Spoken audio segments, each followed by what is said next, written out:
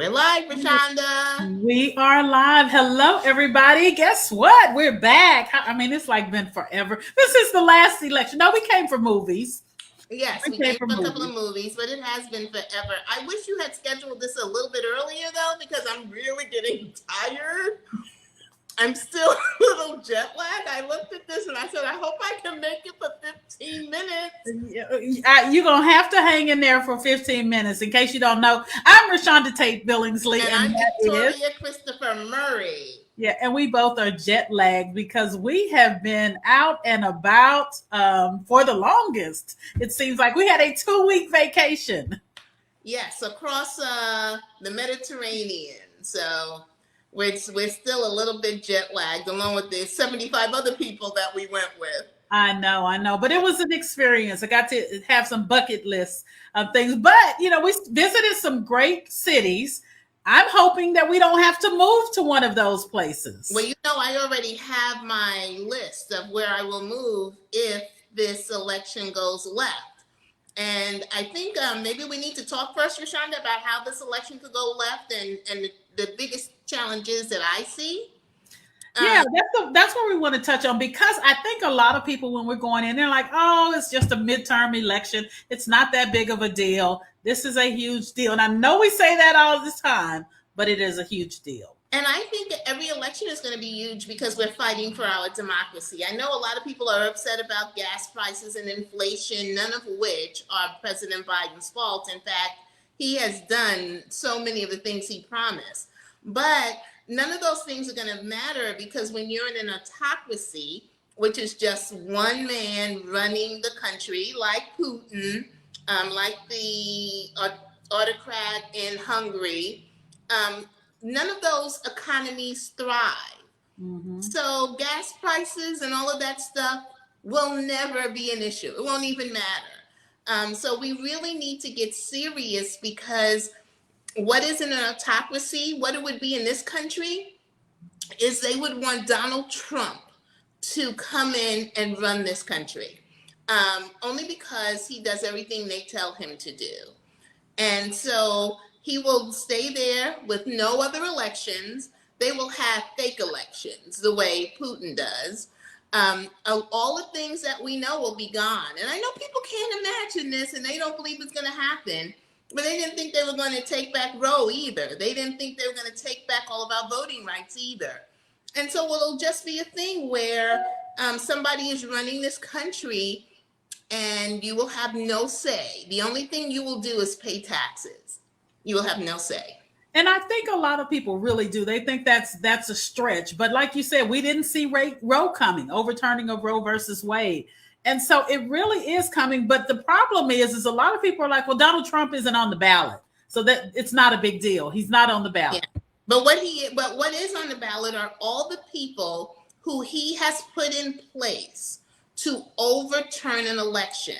So, for example, in Georgia, which is already on the books in Georgia, if somebody votes, if we have another election and it's Biden against Trump, if Georgia votes for Biden, the state legislature will be able to legally go in and say, nah, we changed our minds. Georgia's going to go for Trump. And so Trump is not on the ballot, but all the people who are in place to do that are on the ballot. Can we talk about some of the most important races that are coming up? I think one of the best ones, because some of the people are voting already in this country, Rashonda. Right. Early voting is underway here in Texas. Early voting is started on Monday and it's running through November 4th. And so there is a big push to get people out to early vote. Okay, so let's talk about Texas first. What's the big race down there? This one right here, Governor Greg Abbott versus Beto O'Rourke. Now, Beto for a while was really giving Abbott a run for his money, but the polls have widened, and a new poll that came out yesterday has Abbott leading by 11 points. Now, that's bad, because what's on the ballot is immigration. What's on the ballot is crime. What's on the ballot is Texas's heartbeat law. All of those, which Beto says he'll get rid of, but Abbott is poised right now. He's leading the pack. And you know what's so sad about Texas is, didn't they just give DNA kits to parents in Texas so that your child can be identified when someone walks in with one of those AR-15s and kills every single one of them. And so because that blows your body to smithereens and the child cannot be identified, didn't they just do that in Texas? They did, and they did. They've done critical race theory. They have the heartbeat law, and they have all of these, and all of that is on the ballot right now. And I don't see how anyone in Texas cannot turn out and vote. And I think I just want everybody to just get an 18-year-old, a 19-year-old, 20-year-old, and drag them there. So, okay, and a race I want to talk about is in North Carolina, because I think this is under people's radar. And this is, I love her, Cheryl Beasley. And Rashonda, remind me the guy she's running against, Bud? Ted Dunn. Oh, Dunn. Okay. So Sherry, she was, or I don't know, she might be Cherie. She was the state Supreme Court justice in North Carolina. And now we have a chance to have the third Black woman as a senator. The race down there is so close. You know how North Carolina do. Sometimes they do Democrats, sometimes they do Republicans. He's ahead, but only by 1 point. I have been on her list, been supporting her since she went in. There's a really good chance that she can win. So everybody in North Carolina, you got to turn out to vote. And why these Senate races are so important, Rashonda, is we need to hold the Senate. Because one of the things that President Biden is doing that's going under the radar is he is truly appointing all of these federal judges. And if you don't think the federal judges are important, if they try to take over everything, these are the judges that are going to matter, that are going to make decisions about our lives. And they already are. Yeah. Well, another race that we're looking at is the one going on in Pennsylvania. Oh, you know that. And there's a big debate tonight, John Fetterman versus Dr. Oz. This is what I want everybody to do if you watch that debate tonight. Remember, Dr. Oz is a TV personality. Oprah has apologized for giving us that guy who lives in New Jersey, but he's pretending that he lives in Pennsylvania now. John Fetterman, always like this guy. He's this Attorney General of Pennsylvania, and he had a stroke. He had a stroke right before the primary. He is recovering well. People can recover from strokes, but just remember, if you watch this debate tonight, Dr. Oz is a TV personality. Fetterman, in his best situation, would not be a TV personality, but he is, especially for people who love progressives, he is a progressive Democrat. He will protect a woman's right to choose. He will protect voting rights. He will protect all of our privacy rights with the 14th Amendment that Clarence Thomas said he's going to roll back everything except for interracial marriage, of course. Mm-hmm. So that's what's going on now. Fetterman, we really, really need, because that would be flipping a seat. That's a Republican seat, and we could pick that up. And we really do need to take control of the Senate, just because those so many of those votes are so close. Yeah, and that if we could just dominate. It's been 50-50 in Kamala. So there's been a lot of things that we haven't been able to get done. The George Floyd bill that President Biden couldn't get passed in the Senate, so he did an executive order. But to have real meat on it, it has to go through the Senate. And so we need these Senate seats. Now, one I can't believe that's even up for debate. I know. This one right here. I know. Here you have Reverend Warnock, who is the pastor of the church that Martin Luther King used to pastor, versus a man who I am embarrassed that they put him up. The Republicans have put this man up and said, see, we like Black people too. Herschel Walker my name is Herschel with a K.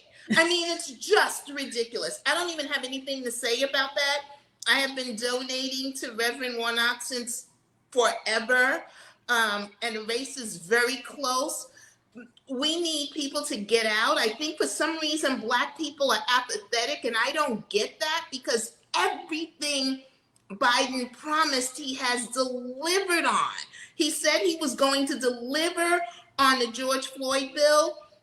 The Senate was what stopped him, so he did an executive order that went as far as he could go. He said he was going to deliver on student loan debt. He did it. He went as far as he could go, and they still have him tied up in court because they're saying that he can't do it. But he would rather do it through the Senate, because once it goes to the Senate, it's a law, not an executive order. We need these senators, and we need people to become engaged. This is the most important election ever.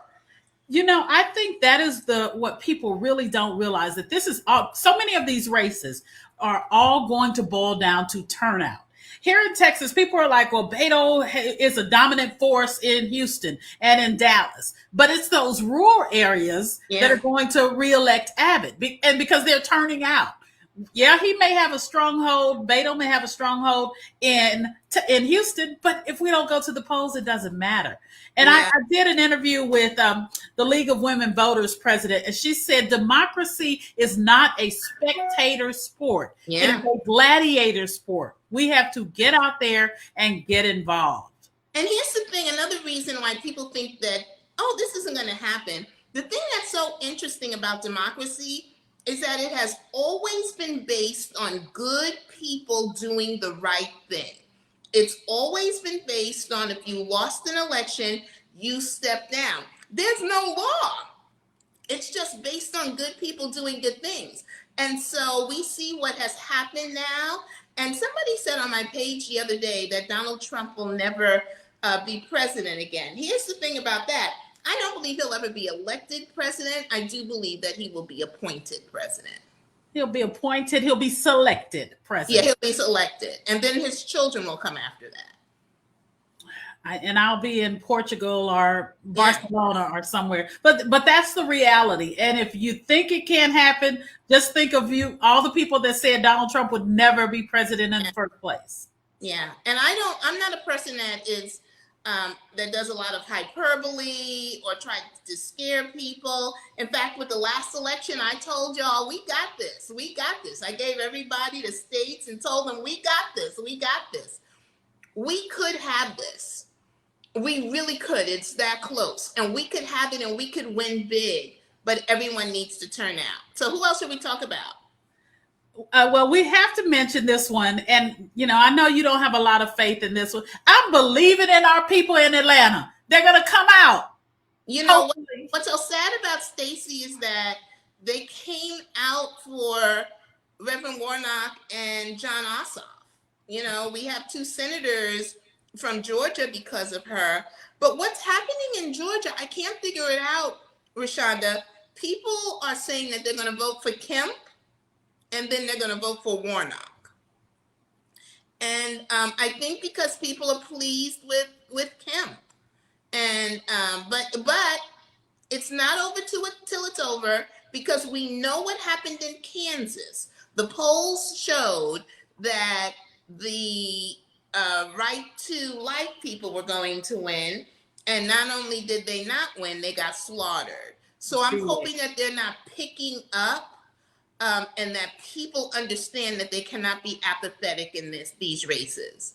Yes. So there's one more that I threw in here that I know you just like, or you're wasting your breath on this, but this is my home state. So I am going to put a call for my people.